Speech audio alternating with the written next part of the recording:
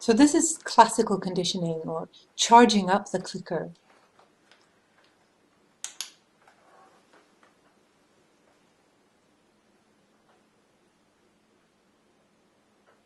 That sound means a treat is coming. Her attention span was initially short, so I did about 2 sessions of perhaps 5 to 7 repetitions. Then I introduced the target, in this case, a butter knife. And the behavior that she's going to get clicked and treated for is touching the target with the nose. Notice that I start by presenting the target in the same place and later generalizing it to make her move.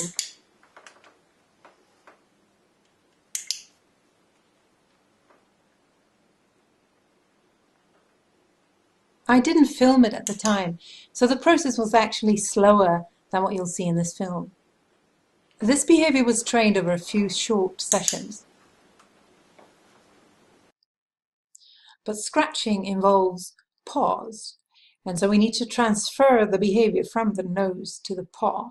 And that's rather easy since we've already generalized it by presenting the target in different locations. When starting a new session, I often repeat the last behavior, and then I present the target slightly out of reach, and gradually further away. I don't care whether she uses her left or right paw, but as you can see, she's consistently offering her left. This often happens. Animals think they need to do a behavior a specific way.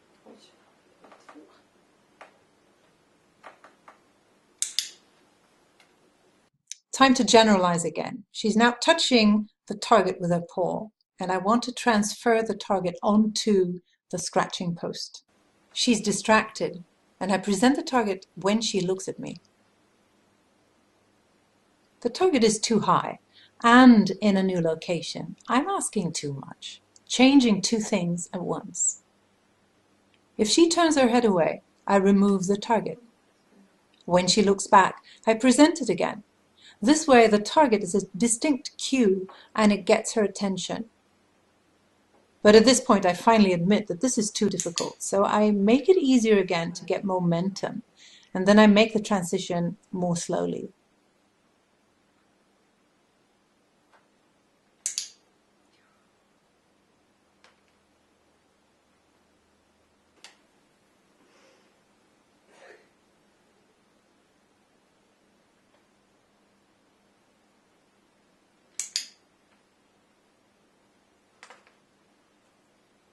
Du måste vara tyst, jag spelar in.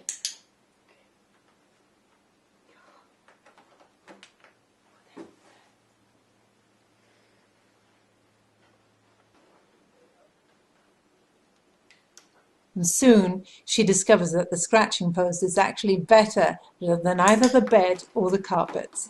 After all, scratching is self-reinforcing to cats. No treats needed. If you haven't trained cats before, you'll soon find out that their attention span is shorter than dogs, for instance. You might think this is the end of the story, but there's one more point I'd like to make. I solved this behavior through clicker training and arranging the environment, and location is key here. So it turns out that this particular lady likes to scratch early in the morning, so the scratching post needs to be nearby.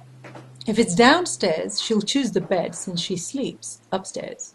And if the scratching post is upstairs, she'll use it rather than the bed. And I just have to help her make the right choice.